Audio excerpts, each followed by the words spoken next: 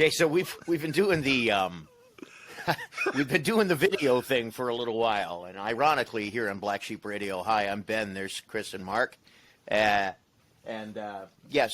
I forgot the countdown again. I always forget the countdown. It comes up on the screen. It's key. Could you imagine if they did the NASA rockets and they didn't give those fuckers a countdown? They just shot them out into space all of a sudden. They're just sitting there checking instruments. I much prefer that. I'd be less I don't know. I think I'd be less likely to shit my pants 2 seconds after launch as opposed to 2 seconds before. Right? Fair, yeah, it's fair. like it's like when they're given like vaccines are top of mind, but when they're giving vaccine to a baby, they just do like a fake countdown and like pretend that they're doing it and then give it to the kid. Or that's what they should do for astronauts. I mean, shit, I've always wanted to go into space, but I mean, seriously, is that a countdown for the rocket or for my colon? Either way. I think it's Either way, there's going to be a blast off soon.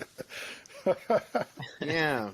So anyhow, in the background, we have my cabinet. This is my original point with being on video, right? We have the cabinet that's always in the background because we all sit pretty much in the same place, I think. Although, Mark, you migrate a bit. Yeah, I switch it up. Mm-hmm. You do. You switch it up. Yeah. Chris is always in one spot. More than one. Yeah, because I only have one room in my apartment, so yeah, it doesn't give me that much. What can you do in a It's either this or the bathroom. Sure. So the cabinet's back here, and for the longest time, the cabinet has been missing the little magnetic clip that makes one of the doors shut, and it's been driving me friggin' bonkers. And it's one of those items you never think of picking up, right? Like when you're out, you never think to yourself, I got to get that magnetic clip. Well, I finally did, and it is there. And it's good because I don't know if either one of you are like this at all, but if a door won't quite shut all the way, do you find yourself repeatedly trying to shut it regardless? All fucking day long. All day long. Unbelievable. So it's not just me. No. The dresser is complete. 6 months of wanting that magnet, and you finally went out and got it. Wherever it's possibly you get the greatest thing I've ever achieved. It just might be. You're listening to Black Sheep Radio. Featuring Ben McVie. Track pants should not be allowed on Earth. Chris Brown. This farmer's market smells like ass. And Marc Lefebvre. Like, I'm pretty sure the first on-air job I got, it must have been like a plane load of jocks died or something. And Rate, review, subscribe, and share. Or join the conversation at BSR Podcast on Facebook and at radio_sheep on Instagram and Twitter. Here we go. I always find when we're listening to that intro, I don't know if you've ever been to like a Leafs game or a baseball game, but when they go to like a fucking TV timeout and all the guys are just like standing around fucking looking at each other. Yeah, for sure. Should I don't know, is this the time I scratch my balls? Oh, wait, no, we're on video.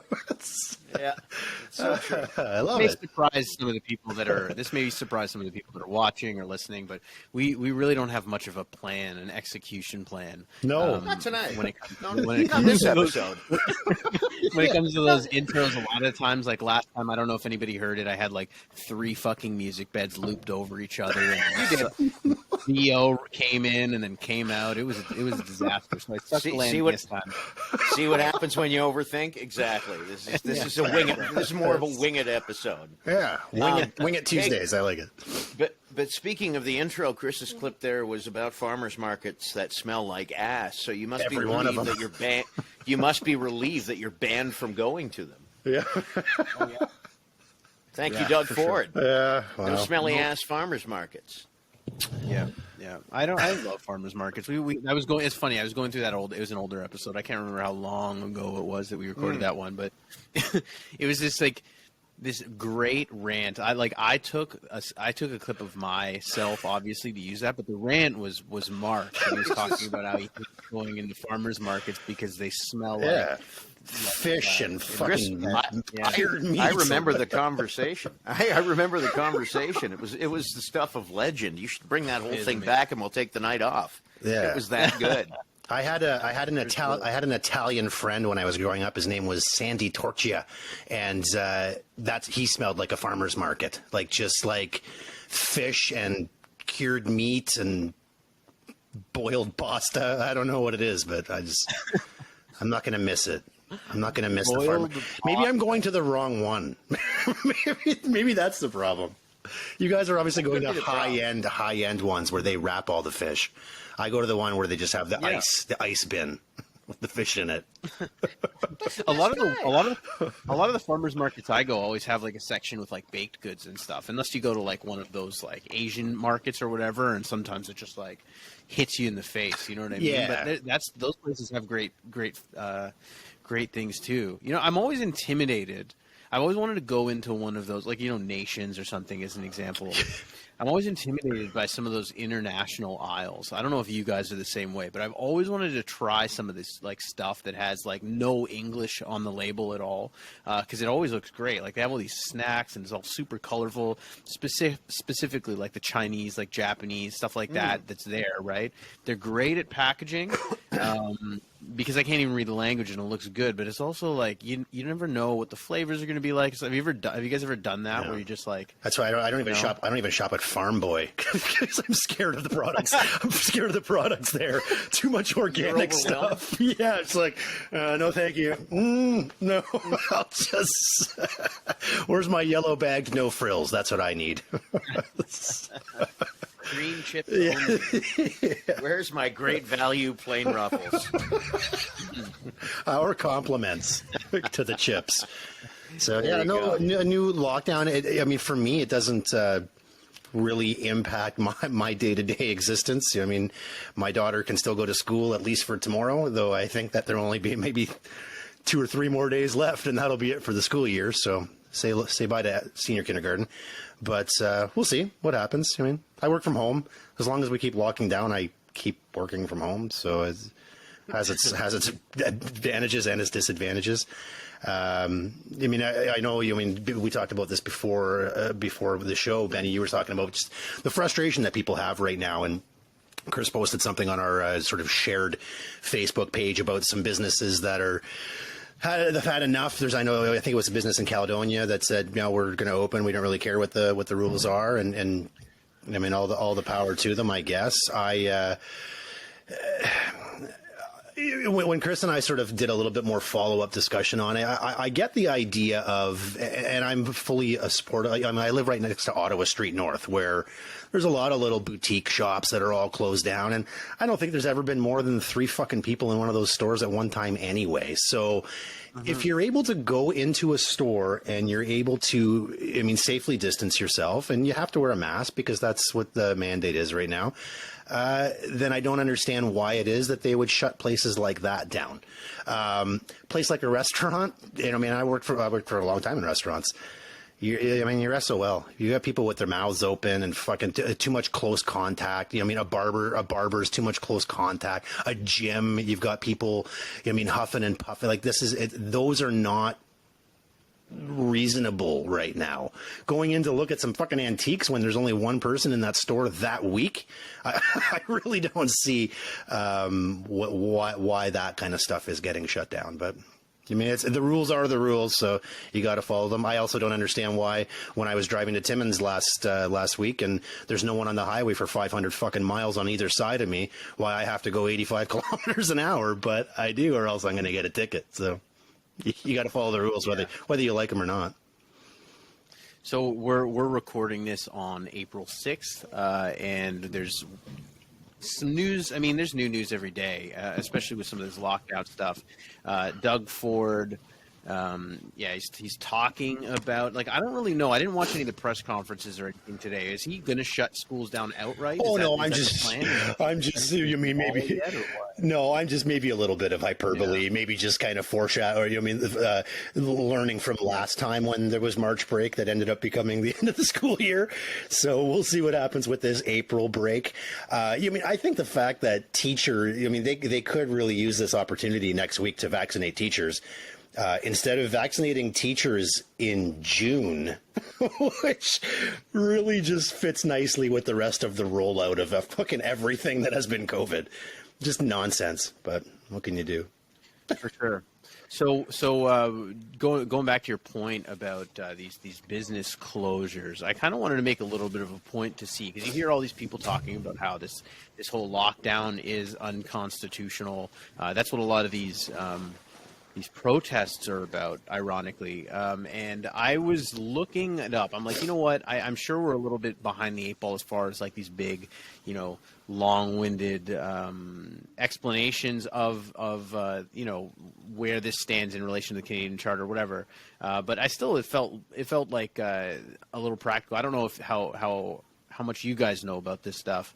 About the constitutionality issue, very little. About the constitutionality issues, Very little. this stuff. Like you very little. Yeah, Okay, maybe. so I found a Here's- couple resources here. Yeah, go ahead. Sorry, I was just going to say. Here's what I believe about this is that when there's a road marker when a lot of people are frustrated about one thing, and something like this, when you get to the constitutionality, there's a lot of displeased people. I mean, Yeah. look at the American election.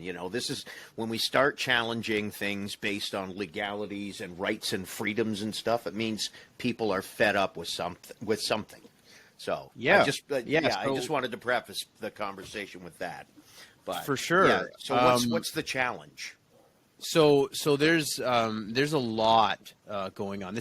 None of this stuff is new because the lockdowns, though this might be the third one. I mean, the machinations of it haven't changed since the first. So these are all the same issues that we're facing again. This is taken from an open letter from Preston Manning. He was a former conservative leader in Canada.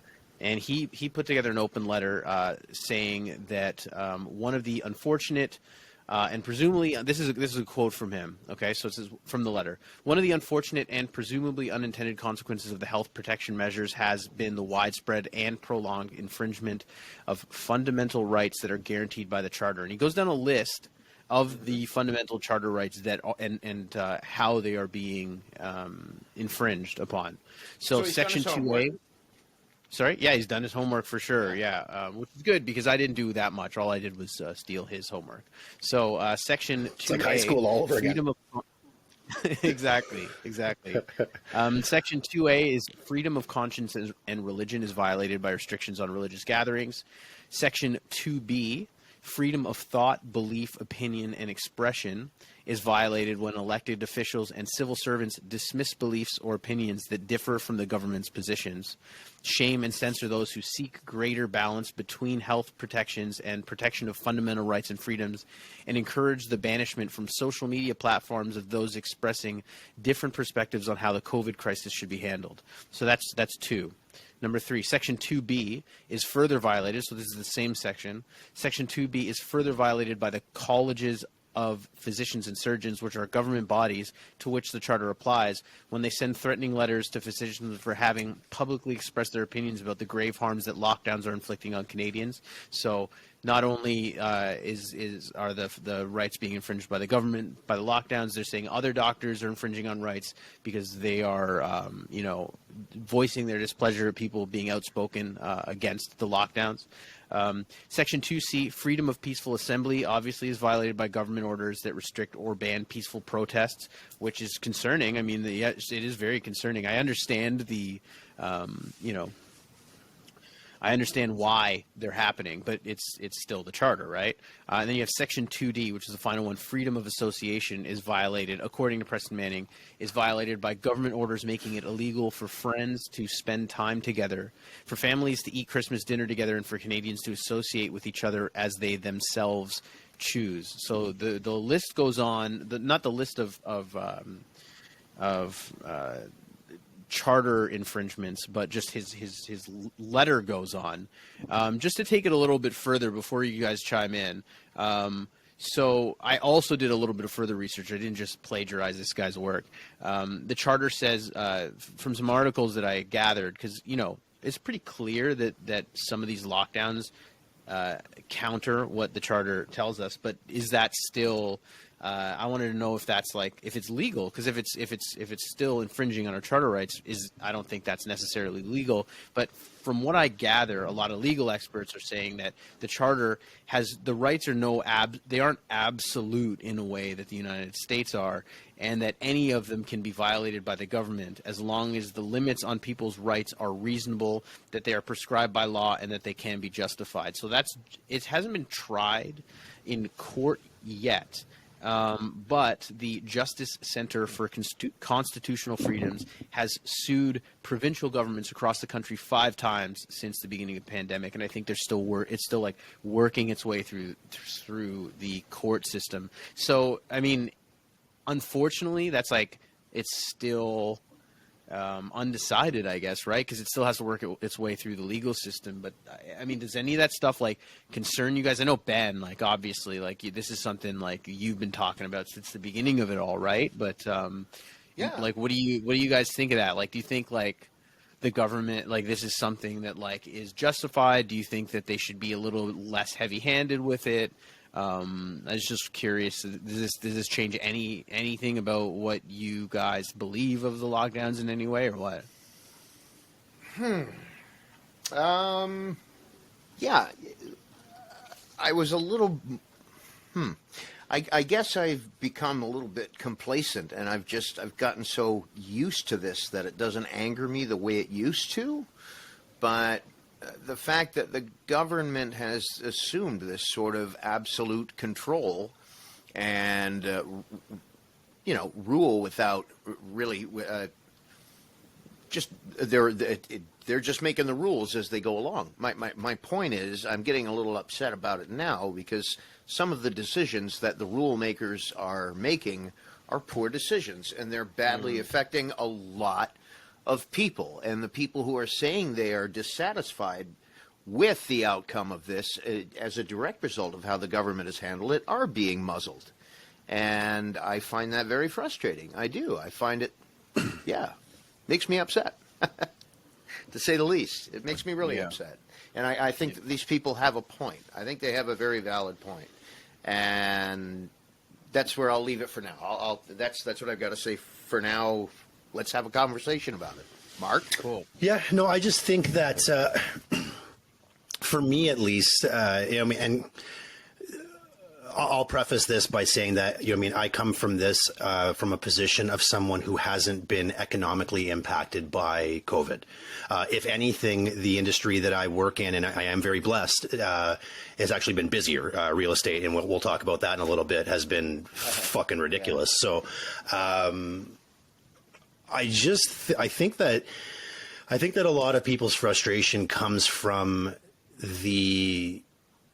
like you said it perfectly, just the poor management by our elected officials. Now, I give them there's a learning curve on a novel coronavirus that no politician has had to deal with in over 100 years. They're also not they're also not children building a puzzle. So just to say, while they're doing their best is not good enough. Now, that being said, I almost think it's the half and quarter and 1/10 measures that have been taken.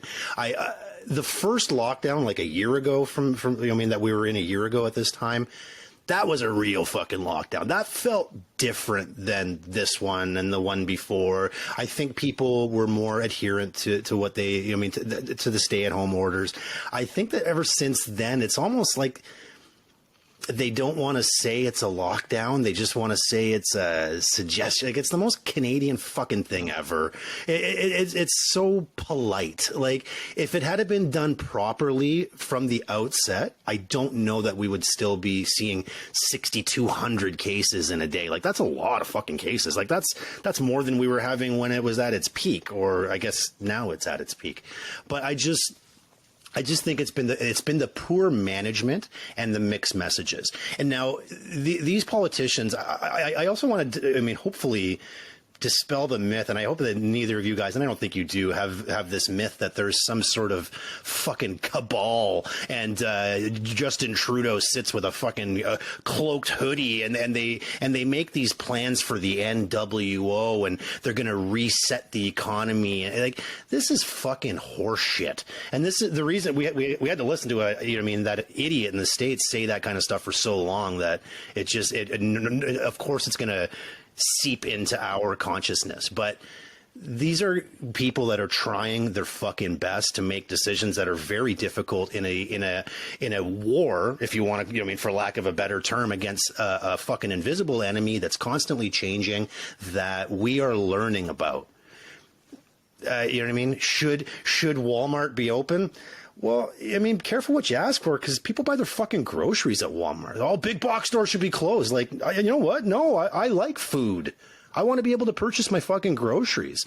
Like I said earlier, should a little shoe store, a little mom and pop fucking store on Ottawa Street North be closed? I don't think so. I think as long as they're following guidelines, then that's great. But I could fucking do 2 weeks of a show about this and then just go on and on. So I'll just shut up now. But I come at this from a position of someone that has not been economically impacted by that. So I'm not angry like people that have lost their businesses or may lose their businesses are. It seems like every third person I hear online is a fucking gym owner, I will say, over the past 2 months. It just seems like there's a lot of people that I didn't realize own gyms that all of a sudden are very negatively impacted by this. So, anyway. Yeah, for sure. I don't think that's the gym owner's fault. I think that's the media's fault. Possibly. So gym owners, maybe they're just more vocal than cafe owners or bookstore owners. I don't know. Yeah, I sent you guys a picture. I sent you guys a picture yesterday on Facebook, and that was just me walking through Gage Park with my daughter a couple days ago with the dog, and I took a picture of the playground. So for anyone that's blaming the media or blaming Doug Ford or blaming this fucking cabal that's trying to ruin your life, go blame the fucking 300 or so people at the park. Okay. All right, you said your piece. You've said your piece. Chris, do you want to jump in? I just feel like I totally understand some of the way that these lockdown measures are going in, but how they're unfolding, why people see the need for them, so and so. My opinion on whether they're right or not is wavering generally. I think that, if you can't sit here, I just don't know how much of the blame can be at this point put on a lack of knowledge. Like, you can't say we don't know how to handle this. Like, that's why we're doing it. Like, it's been a year and a half, and the small mom and pop businesses, they're not causing any spread. The schools are open, even though I haven't watched this. I haven't really spent too much. I don't have kids, right? So I don't really watch the schools. But from my understanding of the whole situation, a lot of these super spreader businesses are the Amazons, are the Walmarts, are these factories where there's no way to keep reasonable distance from people, and it just doesn't seem like there's any regulation on that, and I just don't see how anybody can justify shutting a small bakery that's been investing in safety gear for their employees and putting up barriers to protect the clients and increasing their cleaning budget by double, and yet they wake up they close their shop at 5 p.m. on a Thursday and go on Facebook to relax and find out that they can't open the next day. There's so many failures around here, and they're not giving any businesses time to prepare. And in fact, they're telling them how to prepare for things, and a lot of the times the information is wrong within a day and a half. They find out that they have to change anything. There's just no excuse to treat these businesses this way. I think, I understand the need for the lockdowns, and I understand what what they're trying to accomplish, I suppose. But the reality of the situation is that nobody really cares. If you close businesses, these people are going to congregate outside regardless.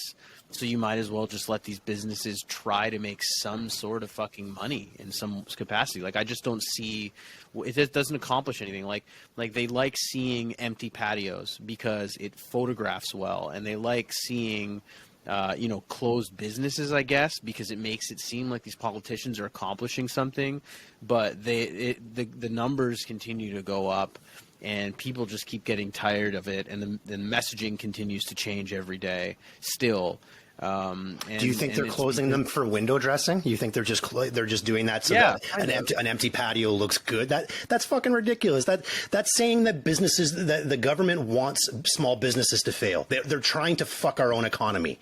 They liked having to do a $200 billion fucking buyout. They liked giving billions of dollars of CERB benefits. Like, come on. You're absolutely wrong in that. Come on. You're saying, I think you're absolutely wrong. You think I'm wrong in saying that the government is trying to collapse our economy? No. I would not. And I'm trying to say that they're not, and they don't want to see empty patios. Marc, they just don't want to see full ICUs either. Mark, what you're doing is you are categorizing anybody who has objections to what's going on right now as either A, believing in a cabal, which you've said 3 times now. And you've also said, do you look around online? We're trying to overthrow the government here. No, I'm not saying that at all. Well, I'm saying that the government does not want to see pictures of open, empty restaurants and places going out of business because it looks good for them to show that they're trying hard. That's a fucking pretty weird way of looking at it. And my point is, hang on, my point is, enough of this learning curve jazz. I mean, I was buying in the learning curve a year ago. It's been over a year, and this is being mismanaged. I agree. And I have every right. No, but sure, you agree. That's I said it's fine. Being mismanaged. Absolutely. Okay. Also, but getting back to this whole Preston Manning thing, it's okay. It's okay for someone like you, and I'm not trying to be confrontational here, but from your perspective on this, it's okay to label people who have objections on social media as morons, as conspiracy theorists, as anarchists, and all this nonsense. Since when is it okay to challenge your government? Since when is it okay to challenge the law and to say this is wrong and this is being mismanaged? It is gross mismanagement at this moment. Gross mismanagement, and it's about time somebody does something about it. And if it can't be done now, I certainly hope it will be the next time an election comes. This is being poorly handled. You know what? I fully, and I said that. I said that this is being poorly handled. I said this is half measures and quarter measures and communication about what is happening. But what I don't think is it's being done intentionally. I don't think they're trying to fucking squash small businesses. I don't think that they want to see empty patios. Like that's a. Well, and if they don't want to see it, then do something about it. Then do something about it. I think that they would rather see. I think that they would rather see empty ICUs than empty patios. That's what I think. And I think that they're trying, though piss poorly, to get to a point where we can see empty ICUs and full patios. But right now, we see full ICUs and empty patios. So they're trying. I don't know. I'm not a fucking scientist. I'm not a politician. But I know that if I was a politician, I would just be Marc Lefebvre going to fucking work, trying to do the best job that I could with the information that I'm being given, a la Theresa Tam, a la fucking whoever's telling Doug. I am not saying that they're doing it right. By no means. A lot of fucking countries in the world aren't. But I don't think it's being done intentionally to fuck anybody over. I think it's just being done poorly, which is fucking people over. And yes, you know what? I do agree. Next election, a lot is going to change. A lot. And I'll be the first person to admit it. A lot is going to change because it's been poorly handled. But I don't think it's some grand fucking conspiracy to fuck over small business. Like, it doesn't matter if they're doing it. For me, it doesn't matter if they're doing it intentionally or if they're doing it just because they're poorly. It's just the results are the same. So at the end of the day, like, the changes that they're making aren't working, and they're affecting small businesses. Whether they're sitting there, doing it because they want to, or whether they're fucking it up, it's irrelevant because we're talking. Well, like, the result. it is relevant. It's relevant when you say that they essentially kind of get off on seeing empty patios, and that helps their campaign towards we're trying. That does make it relevant. Yeah, go ahead. I'm not economically impacted by this either. I've been working this whole time. What I do for a living has not been impacted. But I'm also trying to be empathetic, and I think we all should, to the person who does, and there are a lot of them who rely on restaurant and bar business, and the way that they've handled this. Every time, patios open back up a week later. Sorry, you're closed down. The estimates are about $100 million lost as a result of this latest closure. Mm-hmm. So if I'm one of those people, my view towards the government, quite frankly, is why in the hell should I have to follow rules of people who don't know what the fuck they're doing?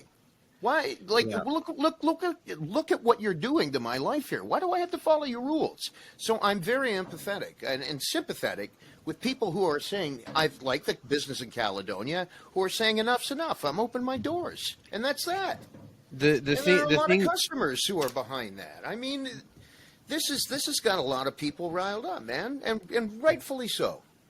My thing about the patios is not to just keep beating it over the head, but the science has shown that eating out on a patio can be accomplished safely, and the science also has shown that working in an Amazon facility or working in a meat packaging plant or working in a car manufacturer cannot be accomplished safely, and yet what's still open?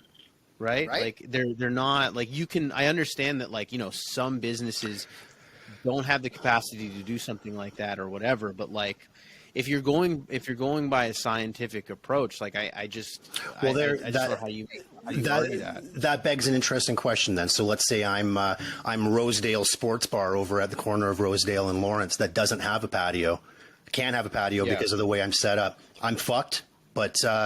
Another restaurant that does have a patio, they're allowed to open. That's where, you know what I mean? It just. I just it's like I don't know. I'm in Westdale. The Snooty Fox doesn't have a patio, but they have made arrangements. The BIA has made arrangements that all these places have patios. They've erected temporary patios outside, and what the hell harm is it? Why would you close down patios? I don't get it. If they don't want to see empty patios, they don't have to. Mm-hmm. Like, they don't have to. It's safe to eat outside. You're telling me I'm more unsafe to be within my bubble, for my family to eat outside. It's safer there than it is to go grocery shopping at Walmart? Come on. It's like and that's the thing. It's not unheard of for politicians to make decisions based on optics. Like, that's what they fucking do. Like, that's how they got there. I don't think that's like this unrealistic, unreasonable claim. I understand that not all of them are doing that, but it's just what their decisions on what they're closing it's not effective. It's unscientific, and it's killing small businesses. Like, it's just there's no question about it. I'm not saying I know what the right answer is by any means, but I'm just saying I understand why these people are pissed, and to be honest, I just don't see why. The Westdale. We were talking. Westtown. This isn't on Lock Street. I was talking to one of the servers there, and we a couple weeks ago we went out on the patio. They hired a whole fleet of staff. Chick's been on the job for 2 days. She's got a kid at home. She's excited to finally be working again. And the news comes out, and there's we're probably going to have another lockdown in 1 day. Like, these people can't even get trained fast enough before they have to get sent back onto the fucking food stamp line. Like, it's crazy. It's crazy, and there's no reason. Like to me, especially when you're going by the science of it. I don't get why what's the need to shut these places down. It's just I don't know. I love the idea of a constitutionality argument. I do, because this is beginning to infringe on people's rights. It wasn't at the start, but where we are now, I am becoming more and more of that frame of mind. That You just have to, with stuff like that. This is now this is an infringement. This is. With stuff like that, they don't write pandemic clauses into the fucking Constitution, unfortunately. So I think that there can be times, times of war, times of whatever, where some rights get adjusted for a temporary, temporarily. Wartime is a good thing. That just based on the research that I was finding, just to round it all out, it says to date, the general consensus among lawyers and legal scholars has been that most of these drastic policies are constitutional.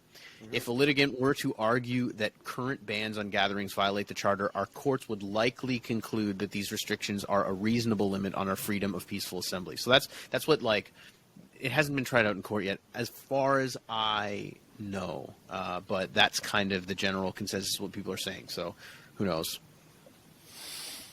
So we'll see where it goes. We'll see where it goes. Yeah, for sure. I think it's definitely. I think the energy, in general, around the whole lockdown stuff, it's just gotten more. I feel like there's more people that are fed up with it now than previously. I would say. I feel like I feel like there are people that are excited that there's a vaccine. That's the feeling that I get. That's the positive spin that I get versus the negative, which is that people are fucking fed up. Yes, they are fed up. They're fed up that it's taken so long to get a vaccine. Now they're fed up with the way the vaccine rollout is happening. But I've seen, people that we know that have gotten their vaccine, that are, waiting for their next one. My parents have gotten theirs, and I'm excited for that, and I'm excited for the end of that, and I'm excited that I might be able to go to maybe next year. Go to a Blue Jays game like the one they had in Texas yesterday with 50,000 people not wearing masks. It's always bigger in Texas, eh? Fuck. Here's the wild thing. Jesus. No, here's the wild thing.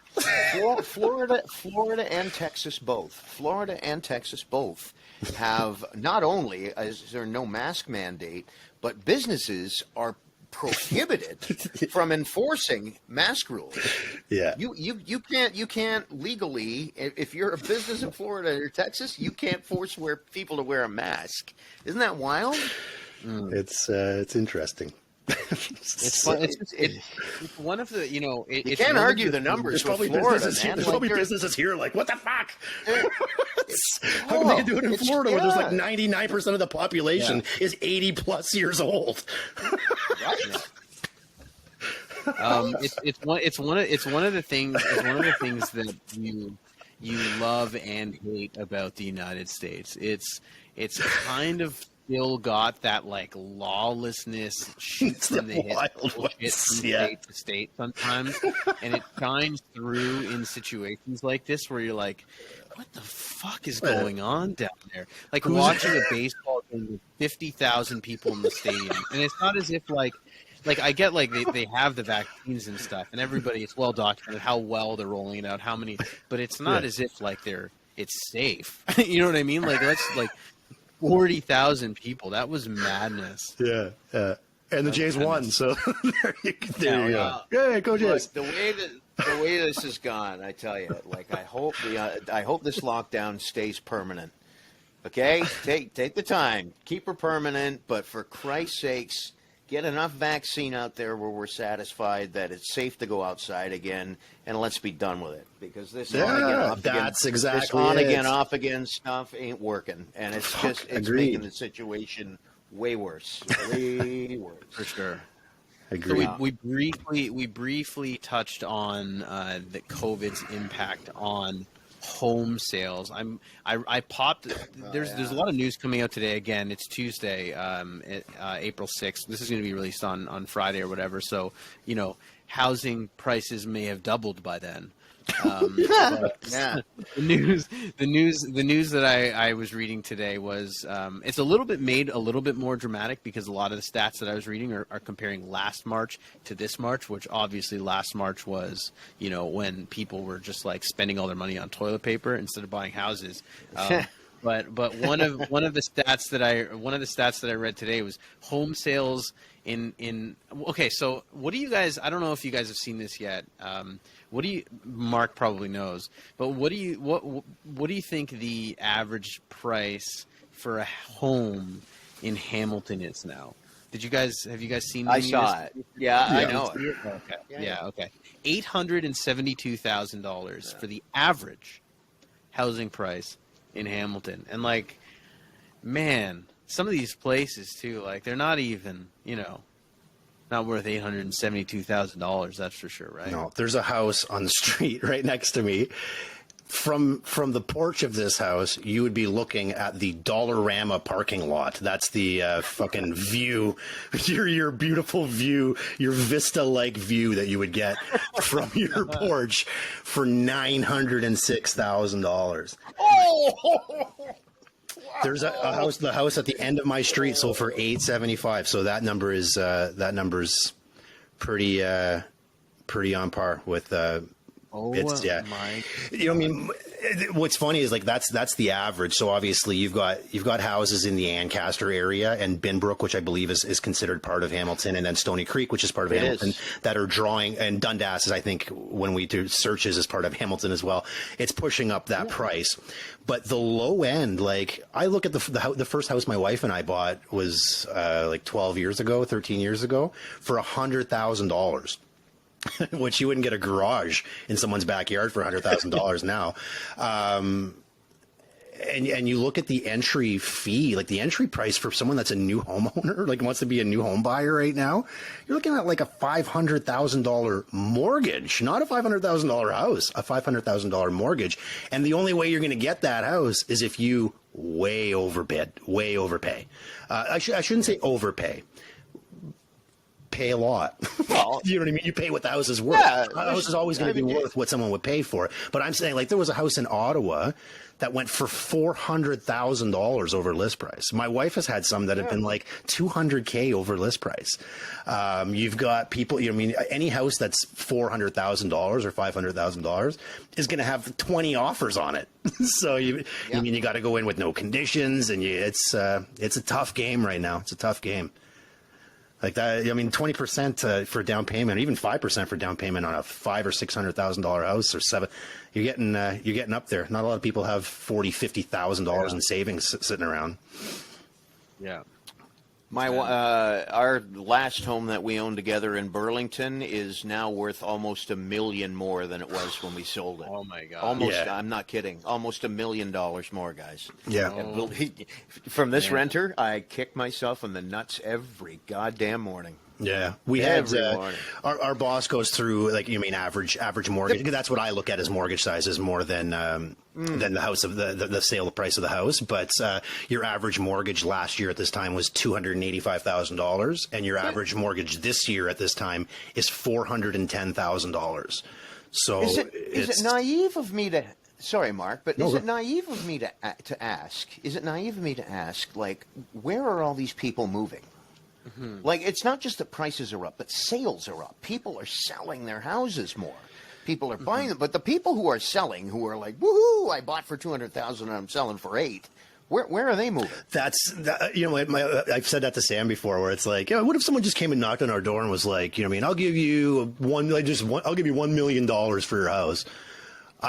That's when you got to start thinking, where will $1 million Canadian take me the furthest? Like maybe Thailand or something. I could be like the king of Thailand for that kind of money. Yeah. Like, are all of these sellers, are they going to Belize or something? I have no idea. I'll tell you right now, $975 will buy you a much better view than the fucking Dollarama in Belize. You know what? Actually, a funny thing is, if anyone that's listening is like, I want to cash in my chips. I don't want to move to, Asia. I just want to stay in Canada. You sell your house here for whatever, if you have, like, let's say $400,000 to go buy a house in New Brunswick, you are going to live in a palace in New Brunswick for $500,000.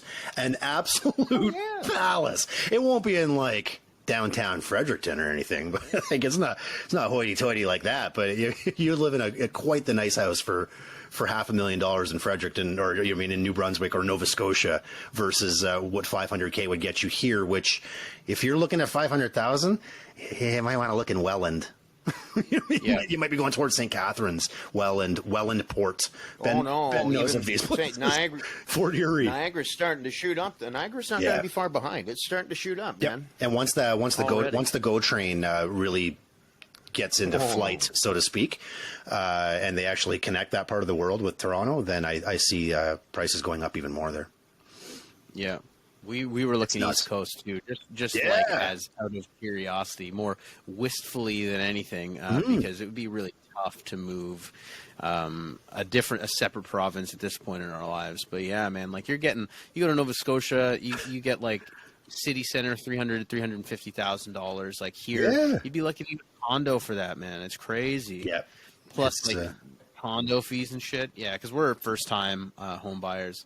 That's what we're looking to be. You know, I might be a few years out from that, judging by how all this stuff is going on. But it is, I don't know. It is what it is. If I can't, it's like the lockdown shit. You can't, or it's staring at the sun. Like you can't do it for too long. Man, sit on whatever you've got saved. Wait for the bubble to pop, and Bob's your uncle. You'll be sitting pretty. Yeah, a lot of the stuff I've heard is pop. just a lot of the stuff that I've read is that it's not necessarily as much of a bubble as it is just I don't know what term they're using, but they're trying to really stay away from that concept of it being a housing bubble, in that it will be something that pops. I think that you've seen even over the past, we're starting to see more offers come through that have conditions. So that means that there isn't 25 offers on a house now. There's only a few, so people can get away with having a financing condition and things like that. So there is a little bit of a, not slowing, but mortgage rates are starting to go up. Like the banks are not doing the 1.59s like they were 3 or 4 months ago. They're starting to, get up to the 2s again. So trying to avoid the bubble, which inevitably would pop. So. It's interesting. The 2s, yeah. Good. I know. That is insane. You may notice, guys, just because we're on camera together, I've been leaning back a lot, and it's because my gut grew over the weekend. I gained a little over 5 pounds. Over Easter weekend, and I am not a big guy. Like my average weight is 175. I've weighed 175 forever, and I about 181. Like honestly, I put on 6 pounds. Wow, 6 nice. pounds over Easter. I ate like a monster. It was what was insane. the main culprit? Would you say? You got time? Scroll. Well, okay, so 2 dinners, right? So we had dinner here on Saturday, and then we had dinner at my mother's on Sunday. Nice. Both dinners were bispecial. Oh, two species. Noah's Ark. There were 2 species at both. They were bispecial. Nice. If that's a word, it is now. Ham and lamb. Ham and lamb. At both This dinners. meal's brought to you by Dr. Seuss. I do not like that. Or Raffi. Have you ever seen a ham Eating eating a far lamb? too much ham and lamb. I do so like ham and lamb. But there was lamb. there. Oh man. And Good like for I mean, you. Was it ham or was it piglet though? That's what I want to know. Was it just a wee little piggy? It was no, we did the ham, the one we did here. So we did a bourbon cherry glaze, and then we smoked it on the barbecue. Oh my so, God. The looks on your faces is about the look on my gut's face right now. Like The face I drew on my gut. right. Gut face. That's awesome. And then, and my mom dropped. So my mom's dinner, she dropped the bomb. She is my favorite dessert. It's rum cake, and it's like this really moist, decadent thing. So I've eaten probably 3/4 of a rum cake since Sunday. Nice. which isn't isn't good. And luckily, Amanda made cheesecake for Saturday's dinner, but she put it in the outdoor fridge. It's the great thing about being Canadian in the winter is you've got a little storage space for food while you're making dinner. Mm-hmm. Well, the cheesecake went outside to cool, and Rocky Raccoon found it. So I never did get my cheesecake. Little Lethargic 5-pound overweight raccoon dragging himself up Westdale. little bastard. Something I gotta admit, we were pretty busy over the weekend, but I left it out last night. I meant to clean it up, and I'm like, no, you know what? It's probably spoiled by now. If he comes back and finishes it, which I'm sure he will, and he did, I hope he gets food poisoning. Stole my Biological warfare against the wildlife in your neighborhood. stole my cheesecake, man. Like, That's seriously. amazing, man. Yeah, we did. We did at Easter over at my mom's place on the weekend, and it's funny. We had this beautiful meal, turkey, whatever, ham. I'm not a big ham guy. Maybe we can go into that later. I don't really like ham, but there's a lot of stuff. I stuffed myself or whatever, and when you get these like long weekend dinners, like you really put it in, like you really, you max yourself out, right? It's a job. That's kind of the game. That's what you do, right? Yeah. So after dinner, my mom's like, "Oh yeah, so the ladies, Bree and I are getting married at the end of this year, fall or whatever. So we're going through all of the wedding preparation and stuff. And at the after dinner, my mom comes out with this giant box of cake samples." And she said, "Okay, like now it's time. Now it's time for you to test what kind of cake that you guys want." And it was like heavy, man. It was like there's a ton of cake, right? And I'm sitting here stuffed, like absolutely stuffed. But like everyone tells me that the best part of planning a wedding is like picking the cake. So like I'm just like I need a slice of each one of these, and I'm just sitting there. Everyone's like horrified. I'm sitting there at the dinner table.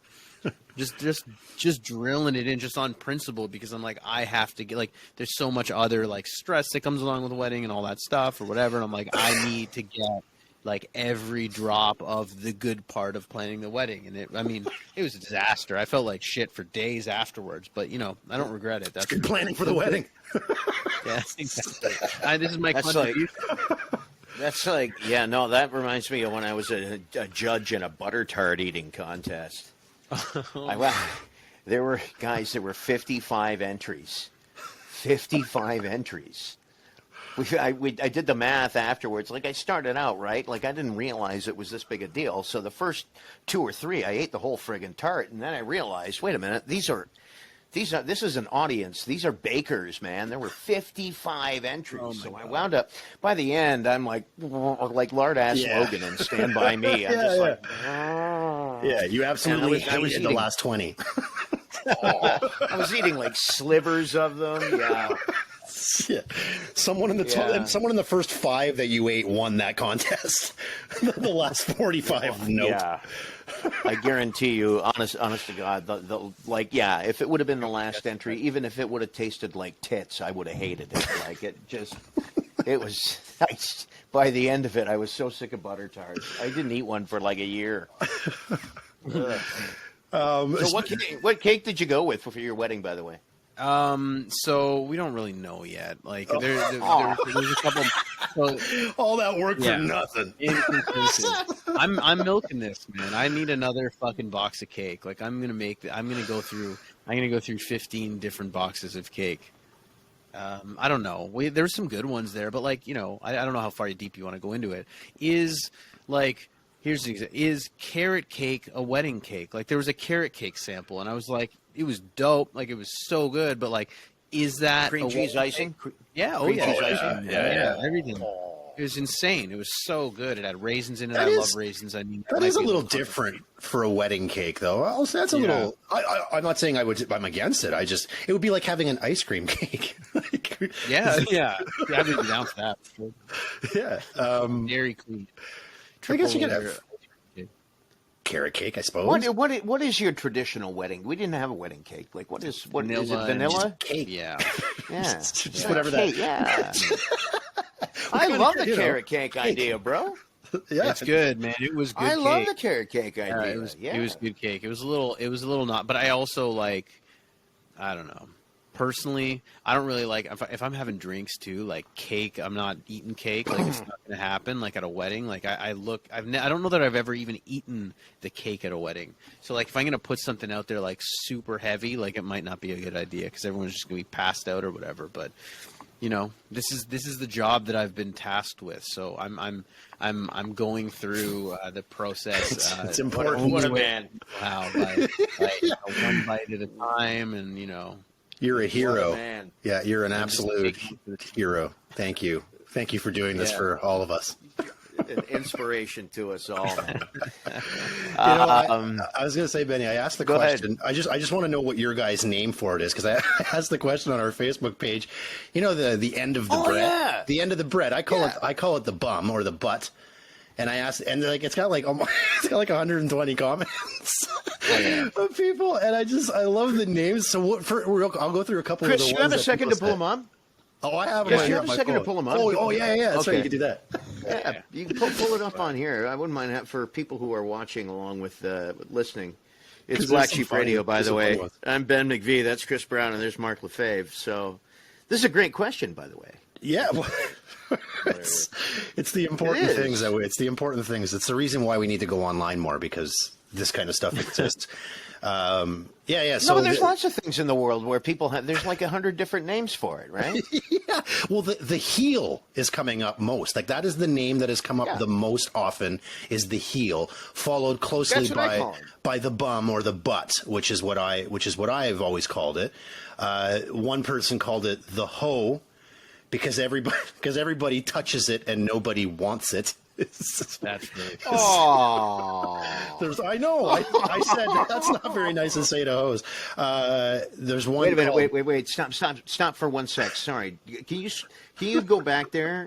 The best bit if it's fresh. Yeah. The best bit when fresh. Really? Yeah. I love the end Vicky. also. Really? Do you really? I'm a big fan of the end. Yeah, it's my favorite part. Not on this bread, honestly. Like this kind of bread. On I white don't bread. Really, Yeah. like white bread. Like if you get like a nice like a rye or something, it's the first piece that I get. Like I Yeah, grab but it. the end of a rye is Okay. like this big. It's like a I'll little. still grab it, It's like a pog. a pog. Yeah, they say. It's more like a slammer, but I get it. The heel.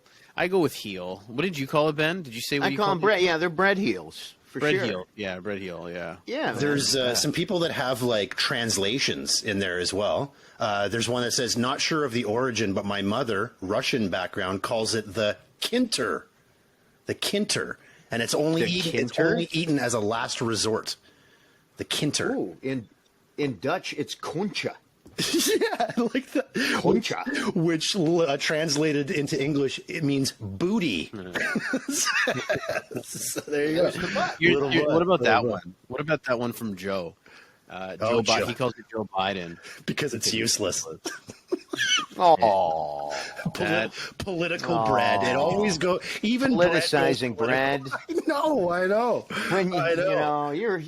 I'm sorry, man, but love you're it. reaching when you're politicizing Yeah. bread. It's time to take a good look in the mirror. I'm going to call it the Biden from now on. I think The Biden. the Biden. the Biden. Anybody else can eat that Biden?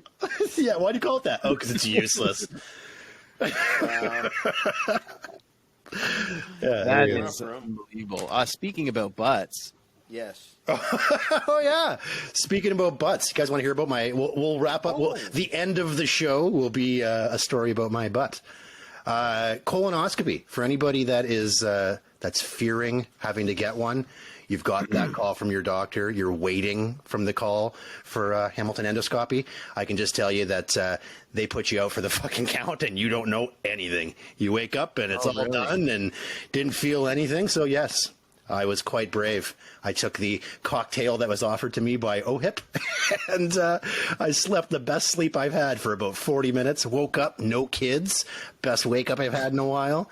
And my ass didn't hurt or anything. And I was, you know what? I was completely, well, at least in my opinion, at least. It's like every drunk. I wasn't that drunk. I was completely lucid after. Like, I was ready to go. Like, let's go. Even, like, Sam came to get me at the back door of the clinic, ironically. And I just walked out and got in the car. I didn't drive, obviously. Again, I just want to remind you, you're nothing special, man. It's not because they care about your feelings. It's just a matter of easier access if you're unconscious. That's true. That's you know what I mean? That's you know, you're not the cops rushing the door on cops, right? Like you don't need a battering ram to get through the door. No. when somebody's passed out. That's that's true. That's true. There's no tension there. Yeah, it's like it's like going up an escalator where the battery's not working and you just have to kind of walk up. Right. Yeah. But sorry, go ahead. But again, just like the NASA launch, I want the false countdown. I do. Yeah, well, he did the okay, so you're probably going to fall asleep in 10, 9, and I was out. So I only got to 9. Oh, I don't know. Did you get the gas? No, it was IV. Yeah, that's the good way to take it. That's that Michael Jackson shit right there. Oh, for sure. When I got my wisdom teeth taken out, I don't like needles at all. So I was telling the lady, I'm like, I'm really not I can take a jab in the arm, but the IV I was really nervous about. So she gave totally me the gas. with you. Yeah, she gave me the gas and she dosed me big time, and she's really and I was just like, this is amazing. I couldn't believe how much it was great. I heard that shit's really bad for your brain or whatever. Probably. Well, yeah. I'll say this for anybody that smokes weed like myself, or if you drink often, I guess, the anesthesiologist, before he was what he was getting kind of my dosage ready, he was asking me how much do you smoke per day? He's like, because I need to know, because I don't want you waking up halfway through. I'm like, I have 5 grams a day. That's how much I I was gonna say 8 pounds. Yeah, find out what will kill me and dial it back a gram. That's where I want to be. But yeah, no, out for the count and woke up and I was hungry after that, though. See on the needle where it says lethal, just a little bit less than that. Just to the T in lethal. Don't go all the way through the word. But yeah, no, it was easy peasy. They were in and out. So, and also, that's good to hear. They do. It's kind of like school picture day as well. You get pictures of your colon after. So, I'll share those with you guys, or we can use it as our wallpaper on our Facebook page. Oh yeah, cool. You got to share that if you're comfortable doing that. I don't know if that's weird, but that would be pretty funny. We can. I bet it looks like an Amazon warehouse. Just a bunch of guys shoulder to shoulder passing packages through. Hey, before we go, Chris, any more visits to the coffee shop? Do the people at the coffee shop know your name yet? Bree was in there today, and they recognized her. I don't even go in there anymore. I'm just like, you know what? I can't handle the rejection because it's personal. Mm-hmm. At this point, I would take it personally. Yeah, it's the notes. Wouldn't it be ironic if they came to know you as Chris just from the view of the back of your head while you're waiting outside? It wouldn't surprise me in the least. All right, have a good week, guys. It's great chatting with you. Again, we're Black Sheep Radio. We're available across all podcast platforms. We're on iTunes now. We're on YouTube. Now, Facebook is where you get involved in the conversation. So if you want to hop over there and get into the heated debate about Democratic bread, you can do that over as well. If you want, yes, exactly. Useless. If you want to express your hate via bread, you've come to the right place. All right, see you guys. Thanks for listening to Black Sheep Radio with Ben McPhee, Marc Lefebvre, and Chris Brown. Join the conversation at BSR Podcast on Facebook and at @radio_sheep on Instagram and Twitter. Okay, I can trim that.